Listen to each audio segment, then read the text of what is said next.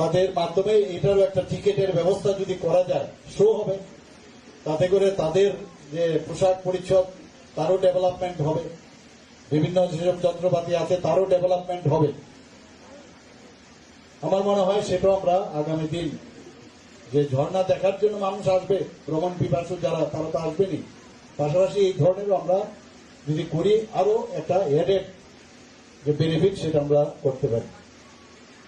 130 kilometre দূর এই ঝর্ণা, মানে যদি আগরতলা থেকে আমরা সেন্টার আমাদের ডিস্টেন্স যদি বলি, মানুষ হাজার হাজার কিলোমিটার দূরে যায়। ত্রিপুরা সম্পর্কে অনেকের ধারণা নেই। আমরা এত আজকে এখানে সৌরভ গাঙ্গুলি, যিনি ভারতের ক্রিকেটের প্রাক্তন ক্যাপ্টেন, উনাকে যখন আমরা ব্র্যান্ড অ্যাম্বাসেডর করলাম, উনি এসেছেন বহু জায়গায়, উনি কিন্তু শুটিংও করেছেন এবং দেখাচ্ছেন, আমাদের টিভির মাধ্যমে আমরা দেখতে পাই।